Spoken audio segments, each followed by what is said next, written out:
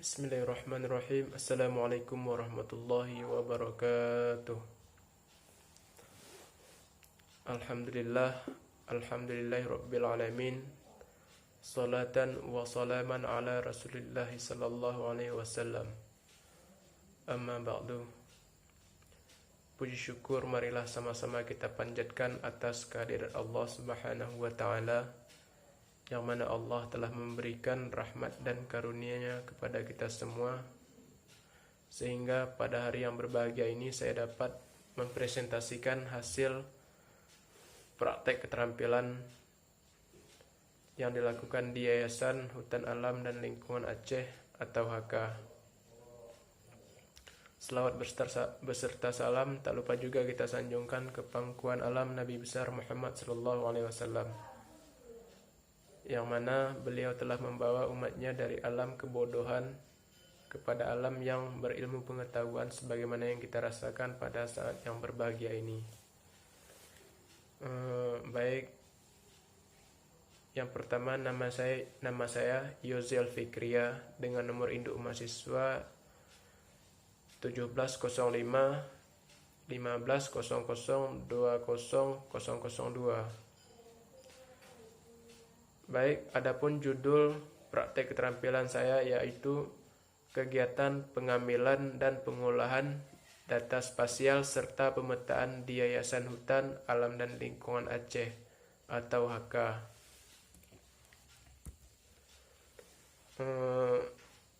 Kita langsung saja masuk ke bab pendahuluan. Kawasan ekosistem Loser atau KEL merupakan bagian terbesar hutan asli terakhir yang masih ada di ujung Sumatera. Pelestarian KEL diharapkan dapat menyelamatkan keanekaragaman hayati di dalamnya dan utuhnya penyangga kehidupan. Mengetahui pentingnya KEL bagi keberlangsungan kehidupan, maka perlu diadakan monitoring terhadap KEL itu sendiri, yang salah satunya dengan cara penginderaan jauh atau dengan menggunakan sistem informasi geografis. Tujuan praktek keterampilan. Tujuan dari praktek keterampilan ini adalah untuk mengetahui bagaimana proses monitoring kawasan ekosistem Loser menggunakan sistem informasi geografis atau penginderaan jauh. Adapun ruang lingkup praktek keterampilan ini dibatasi pada kegiatan monitoring kawasan ekosistem Loser bersama Yayasan Hutan Alam dan Lingkungan Aceh atau HK. Ruang lingkup pengamatan hanya pada kawasan hutan yang terjadi kegiatan deforestasi dalam kawasan ekosistem Loser, khususnya di Aceh Tengah, dan melakukan analisis terhadap kawasan tersebut. Baik, untuk metode yang digunakan dalam praktek keterampilan ini ialah dengan pengumpulan data primer dan data sekunder. Data primer diperoleh dari observasi langsung bersama staf bidang pemetaan di Yayasan Hutan Alam dan Lingkungan Aceh atau HK, berdasarkan kegiatan pemetaan di HK itu sendiri. Data sekunder diperoleh dari studi pustaka, jurnal, buku, dan literatur yang terkait dengan topik praktek keterampilan itu sendiri. Dan yang selanjutnya adalah ada tempat dan waktu. Untuk tempat, Yayasan Hutan Alam dan Lingkungan Aceh terletak di Jalan Tanggul Krung Aceh, Desa nomor 11 Pangodeh, Kecamatan Ulekaring, Kota Banda Aceh. Oke, selanjutnya adalah tempat dan waktu. Untuk tempat, Yayasan Hutan Alam dan Lingkungan Aceh atau HK terletak di Jalan Tanggul Krung Aceh, Desa nomor 11 Pangodeh, Kecamatan Ulekaring, Kota Banda Aceh. Untuk waktu, praktek keterampilan dilaksanakan 1 bulan mulai dari tanggal 3 Maret sampai dengan 5 April. Baik, untuk selanjutnya yaitu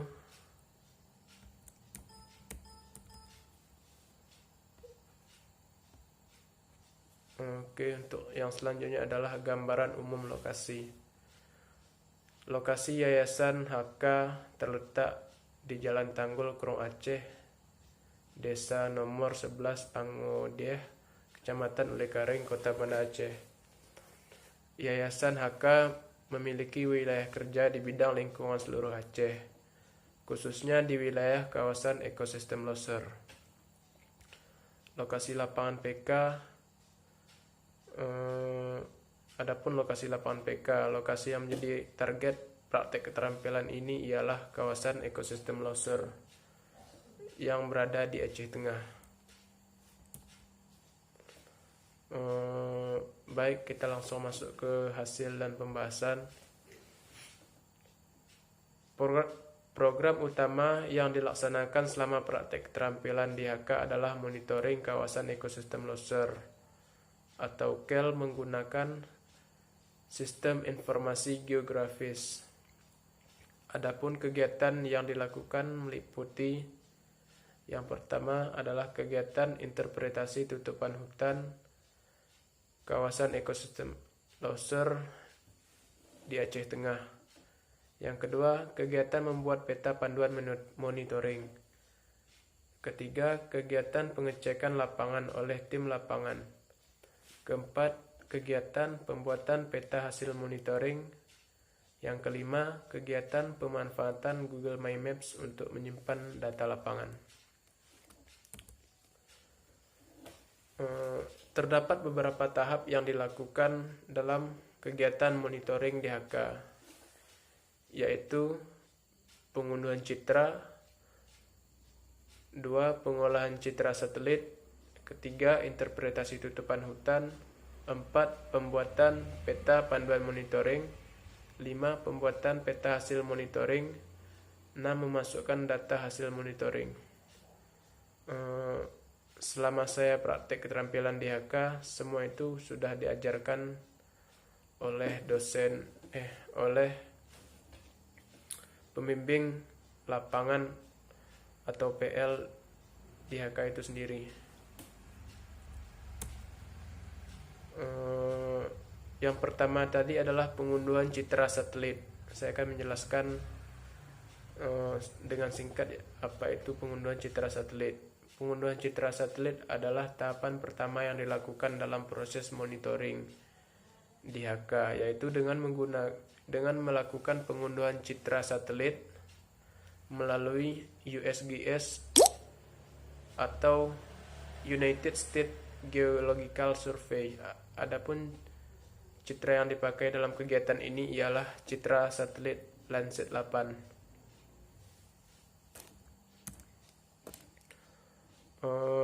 Yang selanjutnya adalah pengolahan citra satelit. Pengolahan citra satelit dilakukan menggunakan software NV. Jadi yang pertama, sebelum melakukan penginterpretasian, yaitu dilakukan cara pertama adalah pengolahan citra satelit menggunakan software NV. Pengolahan citra satelit dilakukan untuk mempermudah penginterpretasian terhadap tutupan hutan nantinya di software ArcGIS. Pengolahan citra dilakukan dengan menggabungkan beberapa band atau composite band. Selanjutnya adalah interpretasi tutupan hutan. Interpretasi tutupan hutan dilakukan dengan cara visual atau manual, yaitu tidak menggunakan mesin atau software tertentu, yaitu dengan menginterpretasikan tutupan hutan berdasarkan karakteristik area lahan yang berhutan dan area yang berkurang tutupan hutannya. Interpretasi ini dilakukan untuk melihat pengurangan hutan di kawasan ekosistem Loser Aceh Tengah. Dari penginterpretasian yang dilakukan, bahwa hasil luasan hutan di kawasan ekosistem Loser Aceh Tengah berkurang dari bulan